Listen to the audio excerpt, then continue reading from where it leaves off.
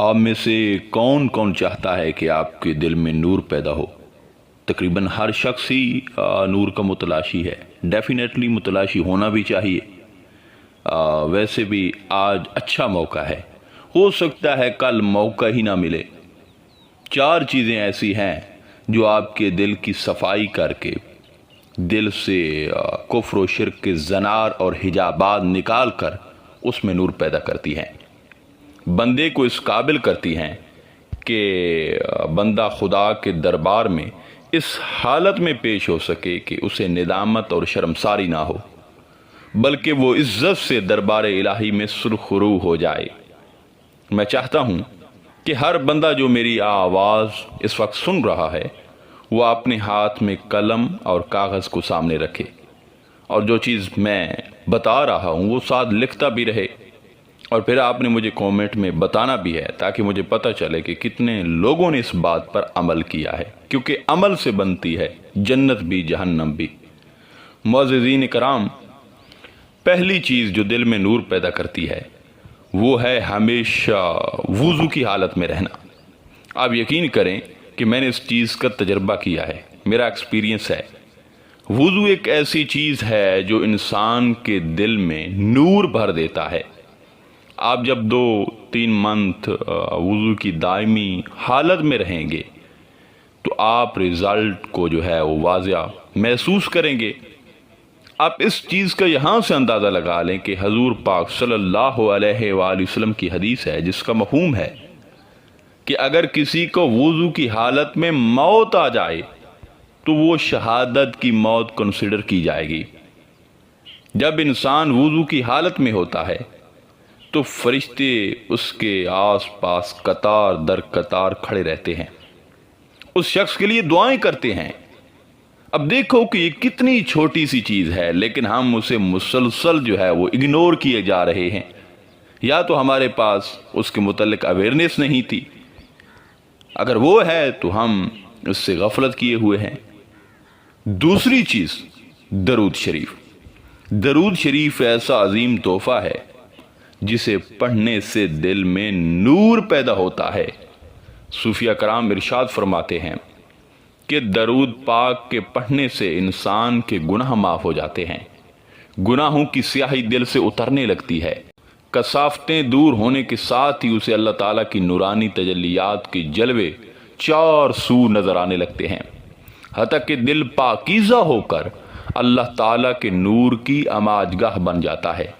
بلکہ کثرت سے پڑھنے پر اس کا شمار جو ہے وہ اولیاء کرام میں ہونے لگتا ہے۔ آپ دیکھیں کہ اولیاء کرام یا ولی بننا، اولیاء کرام کی فہرست میں شامل ہونا کتنا مشکل کام ہے، انہوں نے کتنی سٹرگل کی، کتنے مجاہدے کیے، لیکن جو کثرت سے درود پڑھتا ہے قیامت والے دن اولیاء کی قطار میں کھڑا وہ نظر آئے گا۔ درود شریف کو پڑھنے والا کبھی رحمت خداوندی سے خالی یا محروم نہیں رہ سکتا۔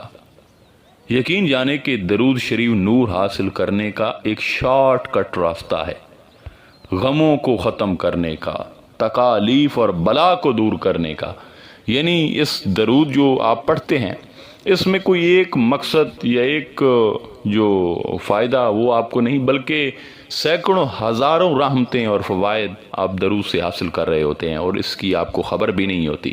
تیسری چیز قرآن کریم کی تلاوت کرنا، اس کا معنی، مفہوم، تدبر اور ترتیل کے ساتھ، جس طرح عموماً ہم قرآن پڑھتے ہیں، ایک پارہ پڑھ رہا ہے کوئی بندہ یا 2، ایسے نہیں، اس طریقے سے تو صرف ثواب ہی ملتا ہے، دل میں نور نہیں پیدا ہوتا۔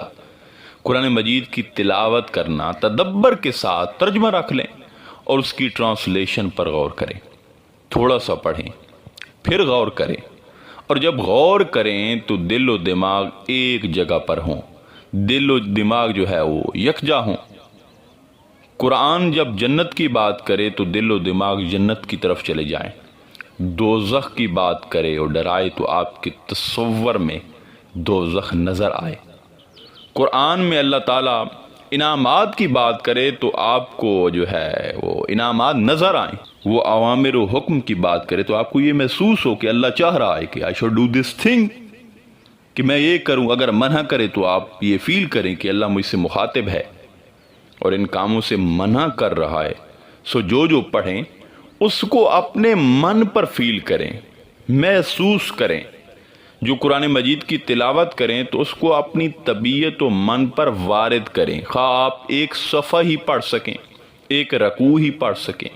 کوانٹیٹی ثواب دیتی ہے، کثرت ثواب دیتی ہے۔ دیکھیں، آپ غور کریں، آس پاس دیکھیں کہ عمر گزر گئی، تراویح کی لمبی لمبی نمازیں جو ہے وہ ہم پڑھتے رہے، ابھی رمضان گزرا ہے تو ہم نے پڑھی ہیں، لیکن دل زندہ نہ ہوا، اس میں نور پیدا نہ ہو سکا۔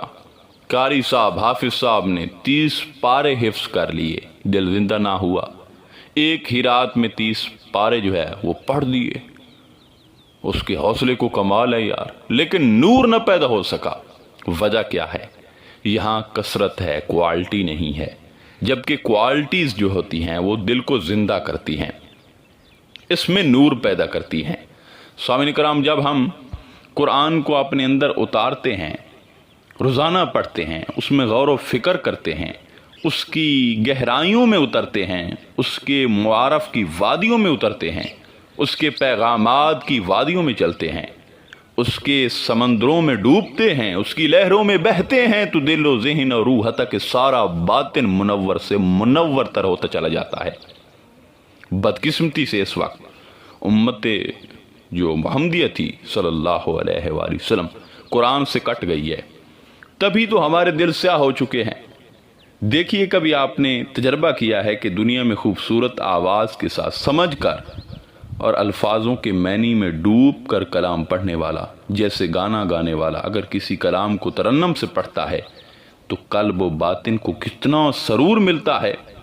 یہ سرور، لذت، کیفیات و حلاوت اور اثرات ان کلمات کا ہے جو ایک انسان نے لکھے، پڑھے اور گائے ہیں۔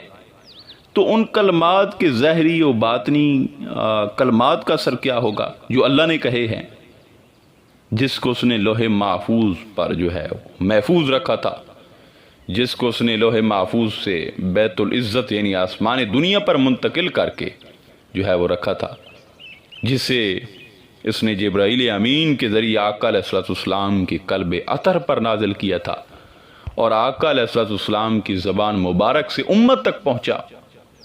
آقا علیہ الصلوۃ والسلام کا قلب اطہر وہ مقام ہے جو لوح محفوظ سے بھی عظمت تر ہے۔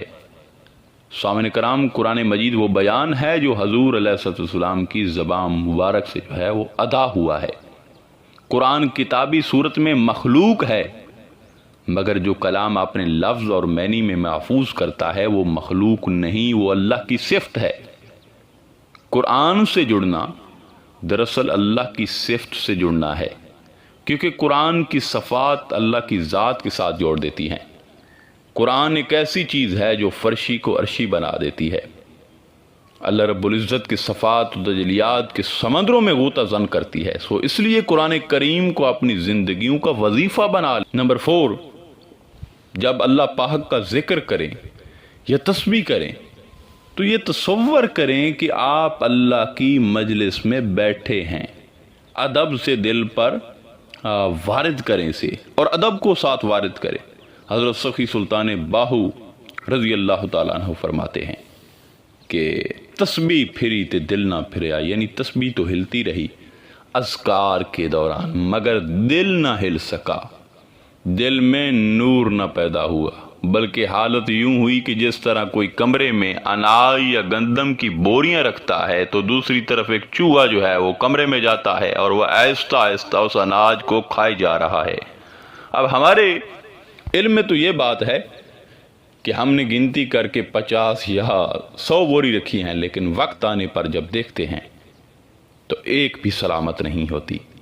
عین اس طرح آج ہمارے ساتھ ہو رہا ہے، ہم تسبیح تو پڑھ رہے ہیں لیکن دوسری جانب ہماری جو تسبیح ہے اس میں عاجزی نہیں ہوتی، اخلاص نہیں ہوتا، ادب نہیں ہوتا۔ اب جس چیز میں ادب نہ ہو وہ واپس پلٹ جاتی ہے، بلکہ پہاڑ بھی ذرا میں بدل جاتا ہے۔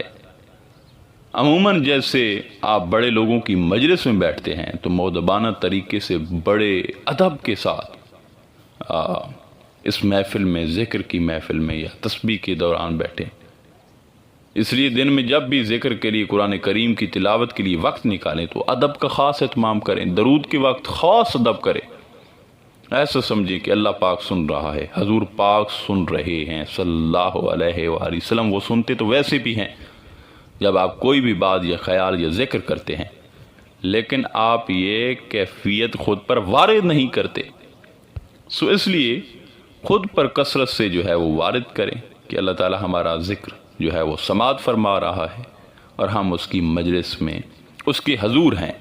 میں بڑے وثوق کے ساتھ کہہ رہا ہوں کہ یہ 4 چیزیں اگر آپ نے عمل کر لیا تو آپ کی زندگی کو بدلنے کے لیے کافی ہو جائیں گی۔